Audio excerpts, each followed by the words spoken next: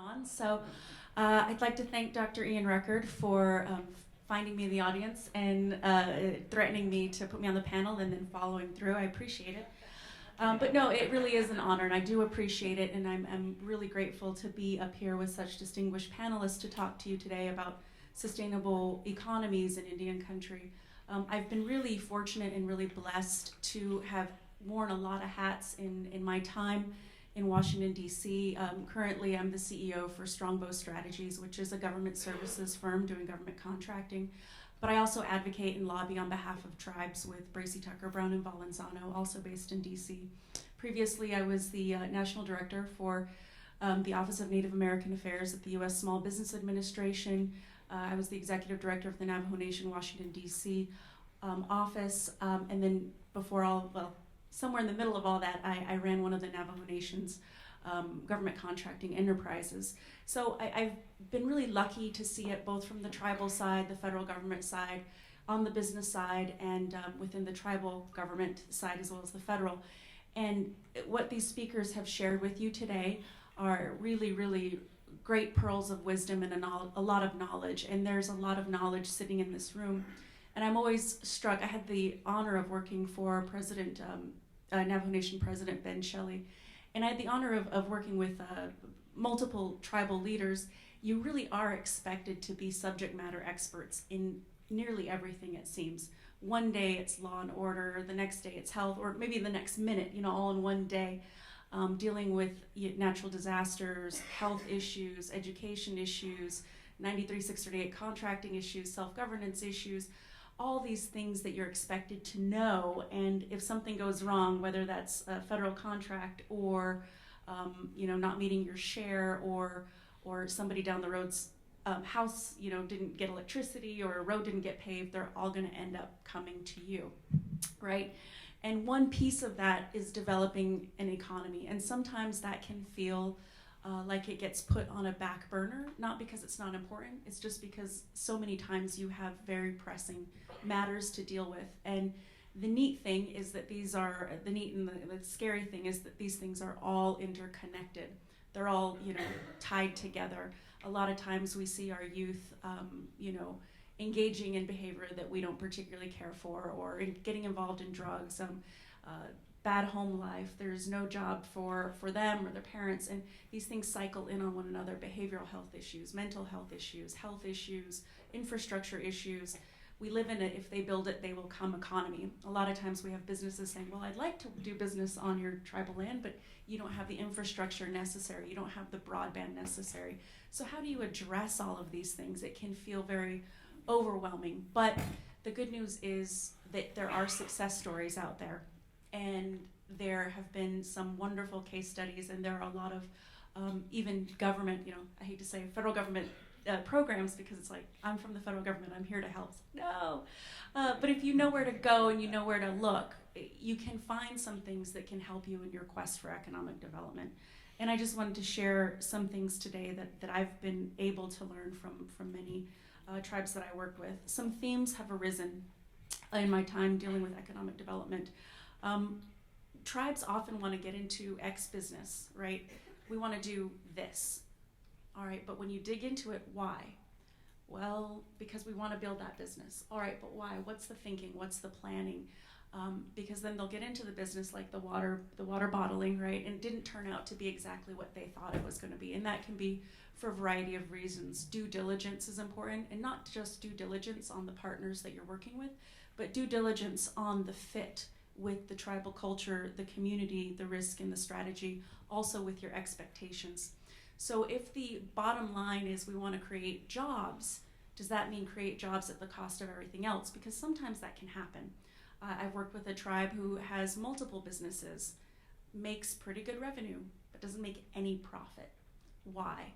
Because they're barely breaking even, and their argument is, yes, but we provide jobs. So if that's the important piece of it, and you're willing to say that that's the reason, that's okay.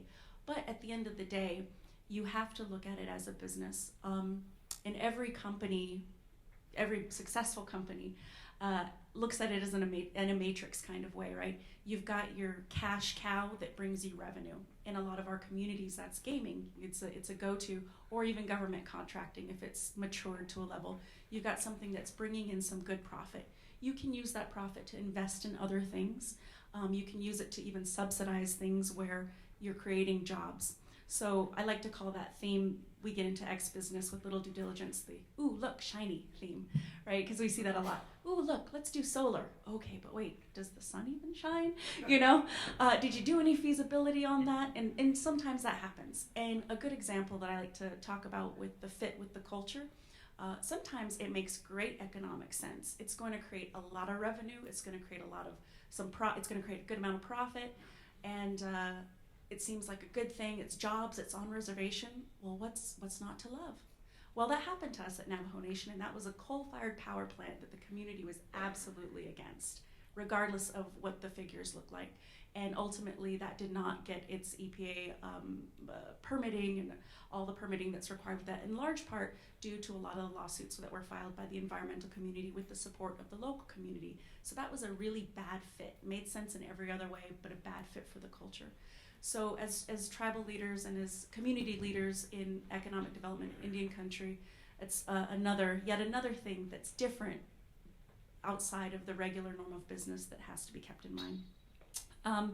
The other thing is, what is sustainability? What does that mean? Does that mean maximizing profit? Is it job creation, just like we talked about? Does it mean that you want to start, 30 more businesses within the next 10 years?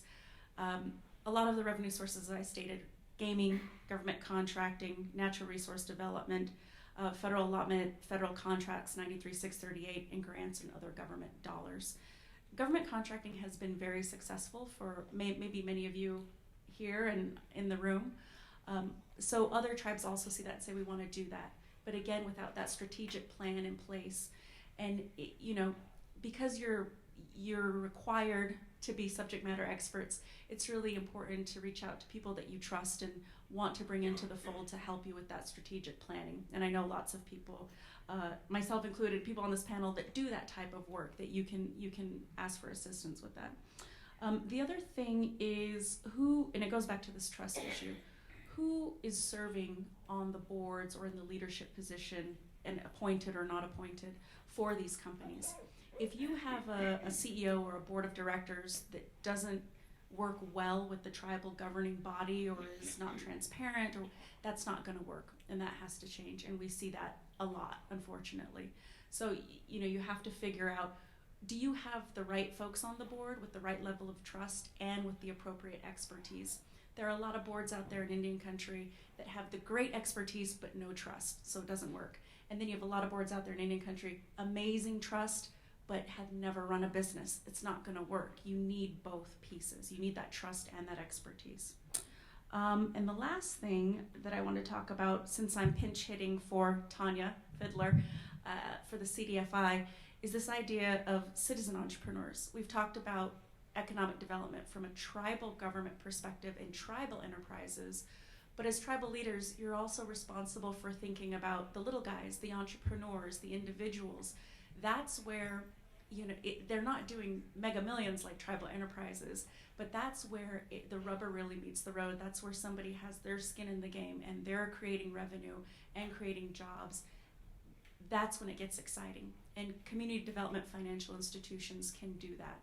I've been really lucky to be on the board of the Navajo Nation CDFI, and we started out a number of years ago really from nothing, saying, well, what are we going to do? We've just given out our 10th small business loan just a few weeks ago. Super exciting. And like 10 loans, that's not a lot. But it means a lot to these folks that cannot get lending anywhere else. And it might create 2, 3, 4, 5 jobs. The impact of that continues to go on. And it's a revolving loan fund. So if you're interested in learning more about the CDFIs, or if you have one, I'd like to chat with you about how you're building capacity with the CDFI. And if you have questions for me about CDFIs, I'd be happy to share our journey as a CDFI startup in that realm and what kind of loans we're giving out. We've decided to focus specifically on small businesses and infrastructure projects through the Navajo Nation CDFI. So we've got mom and pop shops, Yanaba Tea Company, which is a Navajo-owned tea company. They needed a loan, and now they're in Whole Foods. So those things like that, just incredible, incredible success stories. So with that, I'd like to thank you for your time and hope we can chat after.